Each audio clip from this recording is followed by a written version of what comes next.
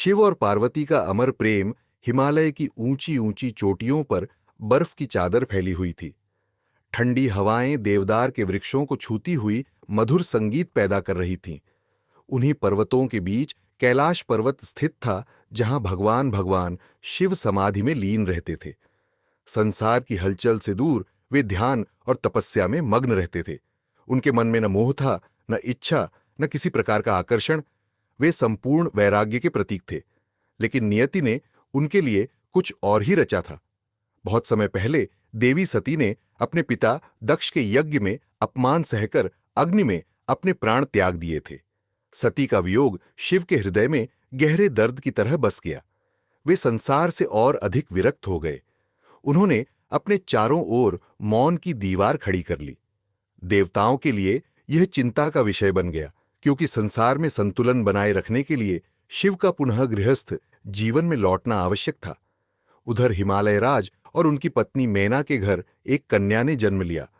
उसका नाम रखा गया पार्वती। वह बचपन से ही अत्यंत सुंदर, बुद्धिमान और करुणामयी थी। उसकी आंखों में एक अनोखी चमक थी, मानो वह किसी दिव्य उद्देश्य के लिए जन्मी हो।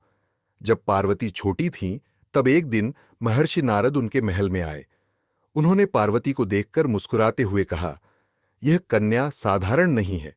इसका भाग्य स्वयं महादेव से जुड़ा है। यही शिव की अर्धांगिनी बनेगी।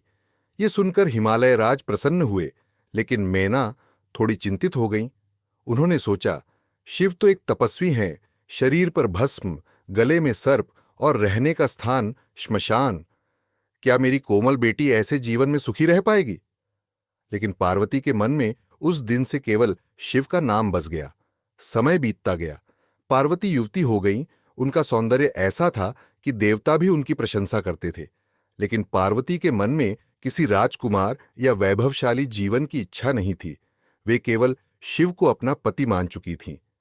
एक दिन उन्होंने अपने माता पिता से कहा, मैं भगवान शिव को पति रूप में प्राप्त करना चाहती हूं। मैना ने उन्हें समझाने का प्रयास किया, पुत्री, संसार में अनेक योग्य राजकुमार हैं। शिव का जीवन बहुत कठिन है।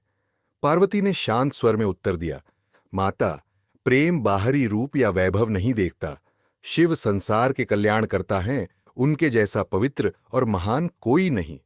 उधर देवताओं की भी यही इच्छा थी कि शिव और पार्वती का विवाह हो, क्योंकि असुर तारकासुर ने अत्याचार मचा रखा था और उसे वरदान था कि केवल शिव पुत्र ही उसका वध कर सकता है।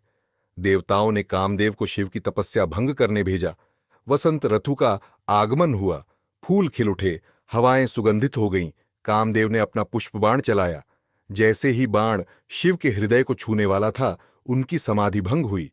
उन्होंने क्रोध में अपनी तीसरी आंख खोल दी। अग्नि की ज्वाला निकली और कामदेव भस्म हो गए। पूरा वातावरण भय से कांप उठा। लेकिन उसी समय शिव की दृष्टि पार्वती पर पड़ी, जो विनम्रता से उनकी सेवा कर रही थी। उनके मन में पहली बार किसी के प्रति कोमलता जागी। फिर भी वे स्वयं को सांसारिक बंधनों से दूर रखना चाहते थे। पार्वती समझ गईं कि केवल सेवा से शिव को पाना संभव नहीं। उन्हें कठोर तपस्या करनी होगी। उन्होंने राजमहल का सुख त्याग दिया और जंगल में जाकर तप करने लगीं। वे दिन रात शिव का नाम जपतीं, कभी केवल फल खातीं, कभी पत्तों पर जीवित रहतीं और अंत में भोजन तक त्याग दिया। उनकी तपस्या इतनी कठोर थी कि देवता भी चकित रह गए। वर्षों बीत गए। तेज धूप, वर्षा और ठंडी हवाएं भी पार्वती के संकल्प को डिगा न सकीं।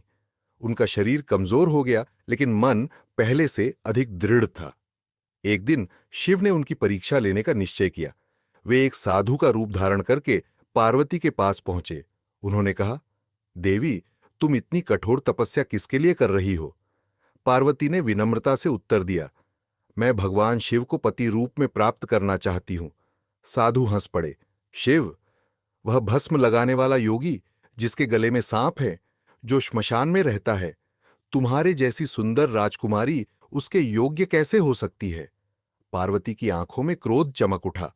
उन्होंने दृढ़ स्वर में कहा, आप महादेव का अपमान कर रहे हैं। वे संसार के सबसे महान और पवित्र देव हैं। उनके चरणों की धूल भी किसी स्वर्ग से बढ़कर है। यदि मुझे जीवन भर तपस्या करनी पड़े, तब भी मैं केवल उन्हीं को अपना पति मानूंगी। यह सुनकर साधु मुस्कुराए। अगले ही क्षण उनका रूप बदल गया। सामने स्वयं भगवान शिव खड़े थे। पार्वती की आंखें खुशी से भर उठीं।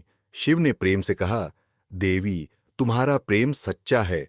तुम्हारी भक्ति और समर्पण ने मेरे हृदय को जीत लिया है। आज से तुम मेरी अर्धांगिनी हो। पूरा ब्रह्मांड आनंद से भर उठा। देवताओं ने पुष्प वर्षा की। फिर कैलाश और हिमालय के बीच भव्य विवाह की तैयारी शुरू हुई। देवता, आर्षि, गंधर्व और अप्सराएं सब इस दिव्य विवाह में शामिल होने आए। जब शिव बारात लेकर पहुंचे तो उनका रूप देखकर मेना घबरा गईं। शिव के शरीर पर भस्म थी, गले में सांप थे और उनके साथ भूत प्रेतों की टोली थी। मेना ने चिंतित होकर कहा, ये कैसी बारात है? लेकिन तभी शिव ने अपना दिव्य और सुंदर रूप धारण किया। उनके तेज से पूरा वातावरण प्रकाशित हो उठा। मैना की सारी चिंता दूर हो गई। भव्य मंत्रों और वैदिक रीति रिवाजों के बीच शिव और पार्वती का विवाह संपन्न हुआ। यह केवल दो आत्माओं का मिलन नहीं था, बल्कि शक्ति और शिव का संगम था, प्रकृति और चेतना का एक होना। विवाह के बाद पार्वती कैलाश पहुंची। वहां का जीवन राजमहल से बिल्कुल अलग था, लेकिन उन्हें कोई शिकायत नहीं थी। उनके लिए सबसे बड़ा सुख शिव का साथ था।